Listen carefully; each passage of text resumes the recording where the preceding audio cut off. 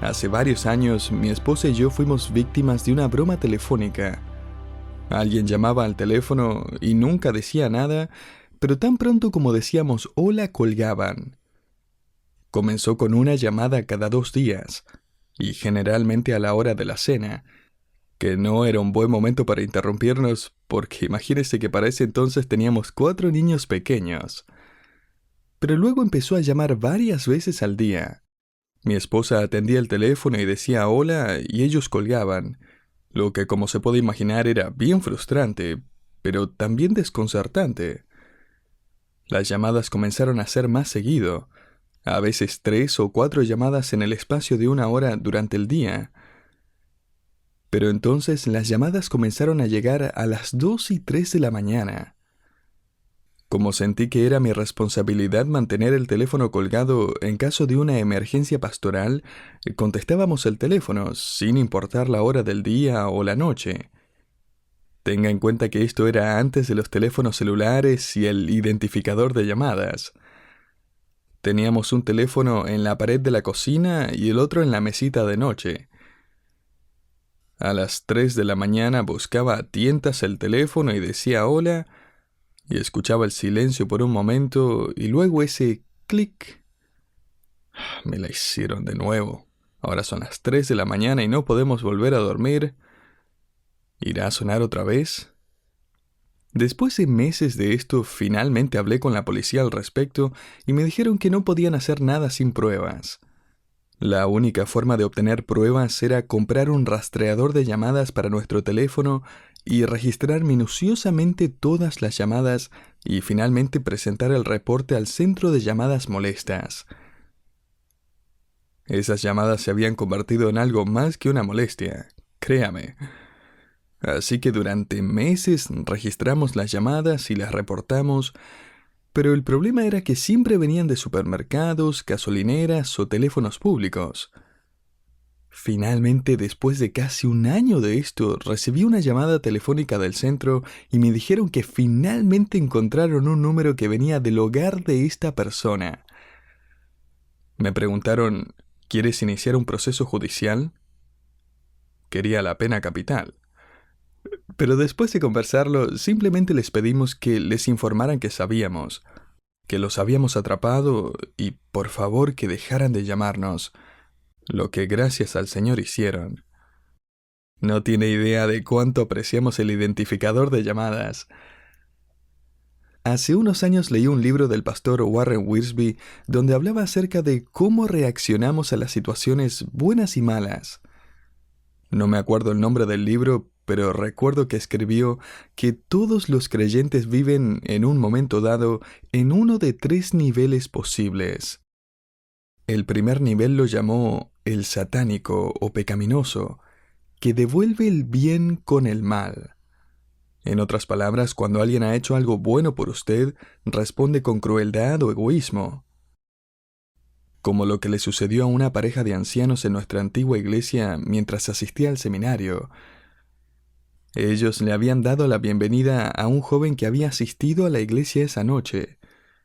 Después de la reunión, el joven le dijo a esta dulce pareja que necesitaba un lugar para quedarse solo por una noche si eran tan amables. Estuvieron de acuerdo y lo llevaron a casa. A la mañana siguiente les agradeció por su amabilidad y se fue. Pero lo que ninguno de nosotros supo hasta el día siguiente fue que él había dejado la ventana de su habitación destrabada. Y cuando esta pareja de ancianos regresó a casa la tarde siguiente, descubrieron que les habían robado todos sus objetos de valor. Eso es nada menos que vivir en el nivel de vida egoísta, satánico y pecaminoso, devolviendo el bien con el mal. El nivel número 2 es el natural, es decir, devolver mal por mal. Empezamos a hacer esto desde muy pequeños, ¿no es así? Aprendemos a tratar a otros niños como ellos nos tratan a nosotros. Si nos empujan, nosotros les hacemos tropezar. Y luego envejecemos y es más como, yo diré la última palabra. Si te interpones en mi camino me voy a desquitar.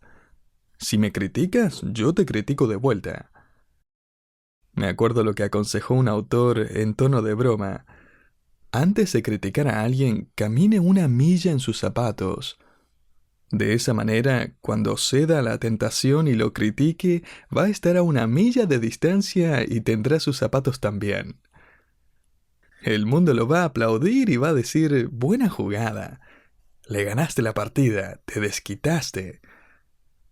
Pero si dedica su tiempo a desquitarse, nunca podrá salir adelante. Entonces está el nivel pecaminoso de vivir devolviendo mal por bien, está el nivel natural, devolviendo mal por mal, y luego el nivel número 3 es el nivel espiritual, que devuelve el mal con bien. En otras palabras, responde a las personas como desearía que le respondieran a usted, pero no lo hacen. Incluso podría llamar a esto una respuesta sobrenatural a la vida. Porque la mentalidad del mundo es que tiene que defender sus derechos, no va a aguantar la injusticia en su contra, va a luchar cuando le son intolerantes, prejuiciosos, cuando lo tratan injusta o deslealmente, cuando alguien busca pasarle por encima, cuando alguien cruza la línea o se entromete en lo suyo, es mejor que tenga cuidado. Esa era la actitud de los creyentes en Corinto que habían comenzado a demandarse unos a otros, a llevarse a tribunales, respondiendo pecaminosamente. La verdad es que estaban respondiendo naturalmente. Mira, todo el mundo lo hace. Pero por eso estaban siendo de estorbo a la causa de Cristo. El apóstol Pedro ha estado en el proceso de desafiar nuestra forma de pensar pecaminosa y natural. Su carta nos ha llamado a un nivel superior de vida, a una perspectiva superior, para ver más allá de los insultos y las injurias, más allá de los malos tratos y los malentendidos, a ver más alto y más allá de la tierra, por encima de la política y el gobierno, como hemos titulado esta serie. Le invito a que volvamos a la primera carta de Pedro.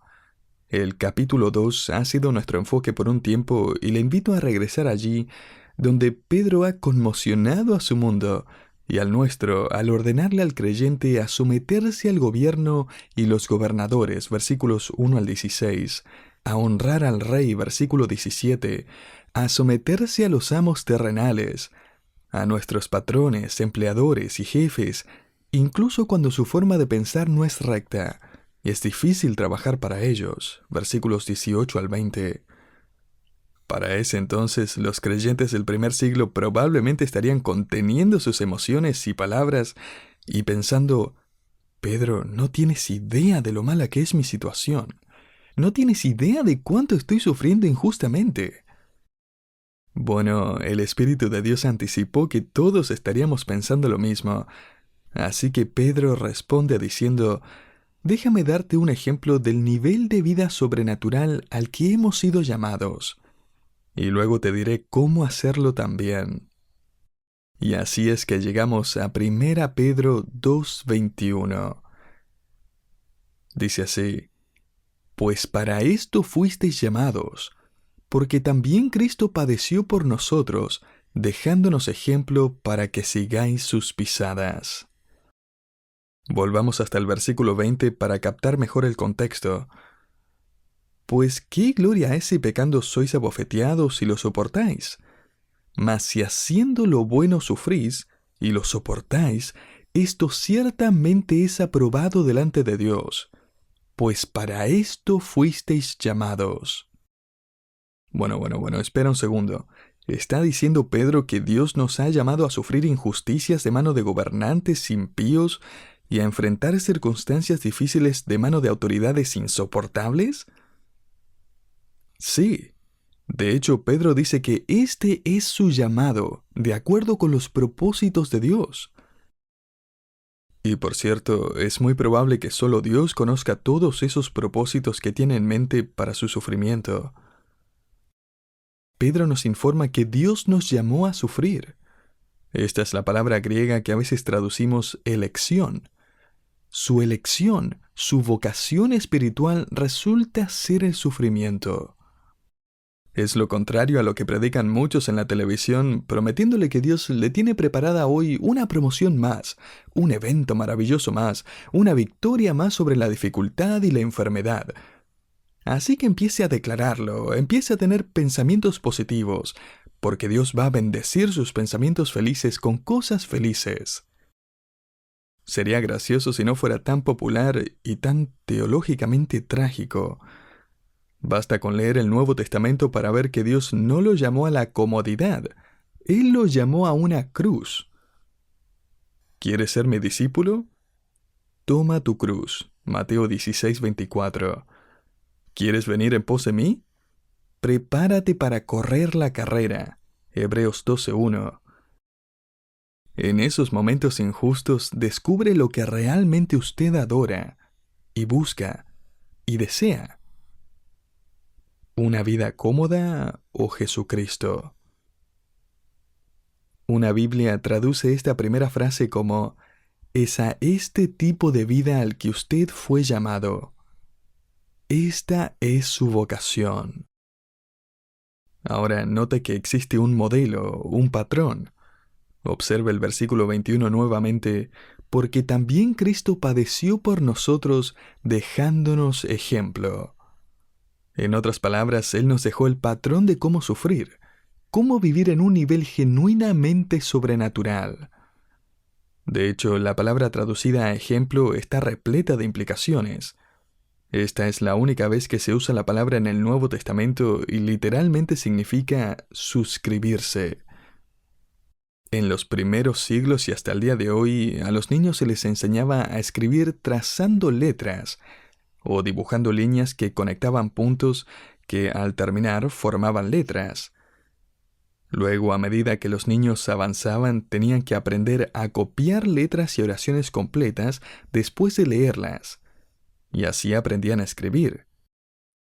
Y Pedro está diciendo aquí, ¿recuerda cómo aprendió a escribir? Bueno, Jesús le va a mostrar cómo reaccionar. Cópielo. Trace el alfabeto de su disposición y comportamiento. Y por cierto, pensando en todos esos predicadores del Evangelio de la Prosperidad, en caso de que esté pensando que debe estar en problemas con Dios porque está sufriendo, Jesús nos muestra con su propia vida que una persona puede estar en la voluntad de Dios, ser muy amada por el Padre, experimentar la aprobación de Dios, caminar en comunión con Él y estar sufriendo al mismo tiempo. Y sufriendo mucho. Así que no se desanime. Este es su llamado divino. Y Jesús es su modelo divino.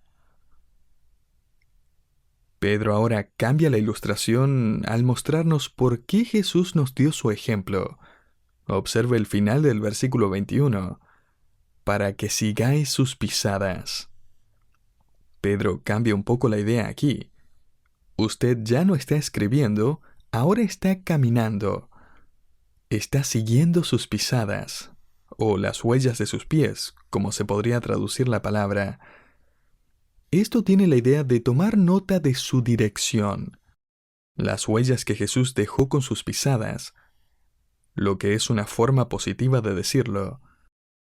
Mire, con todas nuestras falencias no podemos poner nuestros pies perfectamente en cada uno de los pasos de Jesús, como un niño que camina detrás de su padre en la nieve. Trata de poner sus pies en las huellas que dejó su padre, pero no puede dar pasos tan grandes, así que pierde el equilibrio sin importar cuánto lo intente. Pero no pase esto por alto. Como ese niño, usted va en la misma dirección que Jesucristo.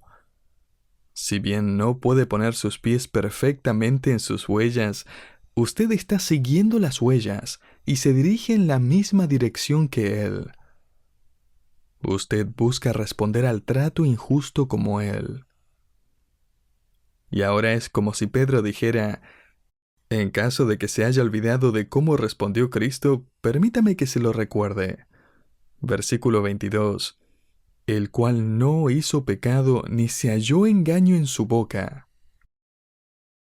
En otras palabras, Él no merecía el trato que recibió. todo fue un trato injusto. Versículo 23, quien cuando le maldecían no respondía con maldición. Un erudito lo traduce, cuando lo insultaron, él no tomó represalias.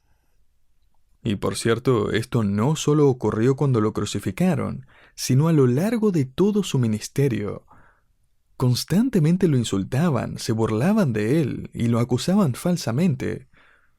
Lo llamaron un hijo ilegítimo nacido de fornicación, Juan 8:41, un glotón, Mateo 11:19, borracho, Lucas 7:34, poseído por demonios, Juan 8:48, que estaba en alianza secreta con Satanás, Marcos 3:22, que era un estafador, un evasor de impuestos y un falso maestro. Todo eso en un solo versículo, Lucas 23:2. Lo acusaban constantemente. De hecho, Pedro usa un verbo participio en tiempo presente para informarnos que era una acción continua, recurrente y cotidiana. Es más, si quiere hacerse una idea de la realidad de su ministerio, piensen que él estaba constantemente recibiendo un insulto tras otro. Incluso cuando estaba muriendo en la cruz, sus acusadores no pudieron evitar sino acercarse para burlarse de él. Marcos 14. Jesús fue el ejemplo máximo de ser tratado injustamente. Y es como si Pedro estuviera preguntándole a sus lectores, incluidos nosotros, ¿podría recordarme qué tan injusto es el trato que está recibiendo usted? ¿Qué tan profundas son sus heridas? ¿Cuán grandes son los insultos que está soportando? Jesucristo, su sumo sacerdote, experimentó nuestro dolor y debilidades. Él también lo sintió profundamente. Hebreos 4:15. Piense en ese juicio fraudulento a medianoche. El Sanedrín se ha reunido ilegalmente en un intento mentiroso de justicia. La ley judía no permitía que se llevara a cabo un juicio en secreto durante la noche. La Corte Suprema Judía, a veces denominada el Concilio, estaba compuesta por 71 hombres. Eran los sabios, los hombres piadosos de su generación.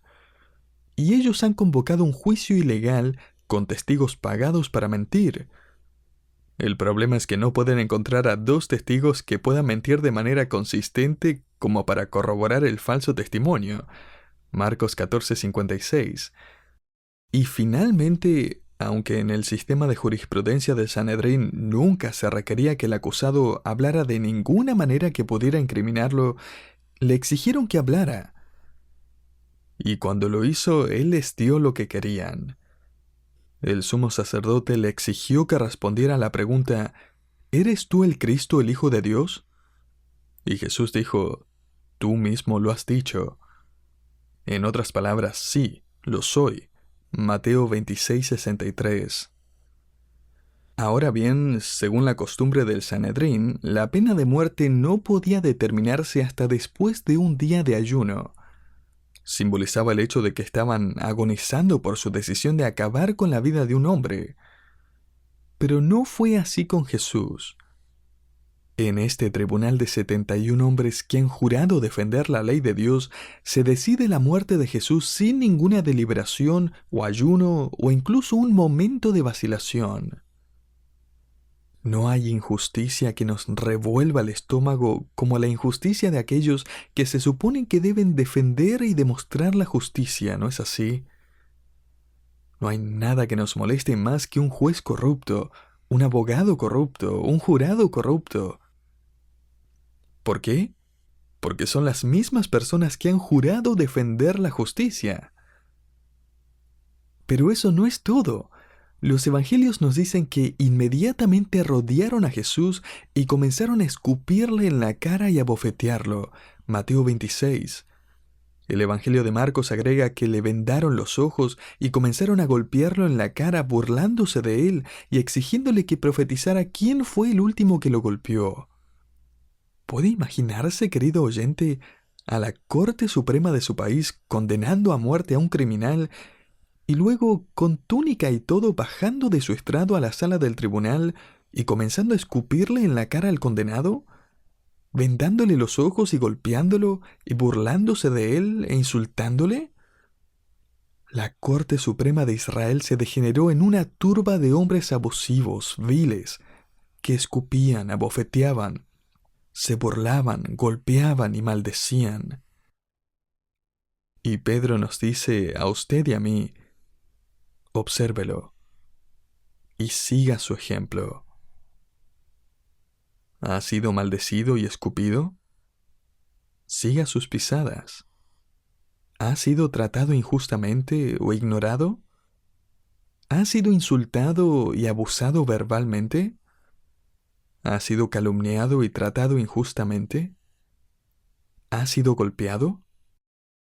Y si aún es muerto por la causa del Evangelio, está siguiendo las pisadas que dejó el Señor.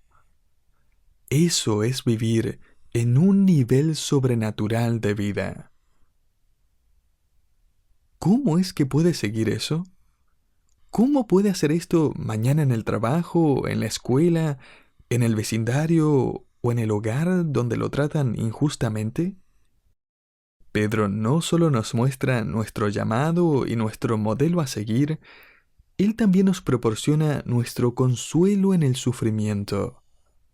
Mira el versículo 23 nuevamente. Cuando le maldecían no respondía con maldición, cuando padecía no amenazaba, sino encomendaba la causa al que juzga justamente. Jesús obtuvo la fuerza que necesitaba a lo largo de su vida al poner su confianza en el propósito final de su Padre, quien finalmente haría justicia. Es decir, Jesús vio más allá de ese tribunal judío hasta el último tribunal. Jesús vio más allá de esos jueces a ese juez santo, y sabía que su vocación en la vida era morir para que aquellos que creyeran fueran salvos de la ira de Dios y de su temible y santa justicia. Jesús vio más allá de la política de la vida y vio todo el camino hasta el final de la historia humana y el juicio de Dios. Y ese tipo de perspectiva que se nos ha ordenado imitar en nuestras propias vidas, nos va a permitir responder de forma sobrenatural a nuestro mundo, devolviendo el mal que recibimos con bien. Se nos dice que Jesús se encomendó al Señor. La palabra encomendar puede traducirse también como confiar o entregar. El tiempo verbal aquí nos indica que fue una acción pasada pero repetida. O sea, con cada nueva ola de abuso, con cada nueva ola de insultos y agravios, Jesús siempre se estaba entregando a sí mismo a su Padre. ¿Notó que Jesús nunca les entregó su mente, corazón, emociones y sentimientos a sus acusadores? Él siguió encomendándose a su Padre. De hecho, esta será una de sus últimas palabras. Desde la cruz, Jesús dice, Padre, en tus manos encomiendo, el mismo verbo, en tus manos encomiendo mi espíritu. Lucas 23:46. Querido oyente, ¿cómo puede evitar vivir en el nivel pecaminoso devolviendo el bien con el mal? ¿O viviendo en el nivel natural, devolviendo mal por mal? ¿Cómo se vive en este nivel sobrenatural donde devuelve el mal con el bien? Un autor cristiano de principios de 1800 escribe lo siguiente: ¿alguna vez se ha dado el lujo de albergar pensamientos duros contra aquellos que lo han lastimado? ¿Alguna vez conoció lo que es obsesionarse con su falta de amabilidad y malicia en su contra y desear todo tipo de cosas malas sobre ellos? Lo ha hecho miserable, por supuesto, pero ha sido un tipo fascinante de miseria a la que no puede renunciar fácilmente. Pedro le diría que eso tiene mucho que ver con que entienda su vocación, su llamado de Dios, que incluye sufrir el mal voluntariamente, incluso cuando está en lo correcto. Incluye seguir su modelo, seguir los pasos del Señor y dirigirse en esa dirección, incluso si lo lleva a un valle oscuro de aflicción.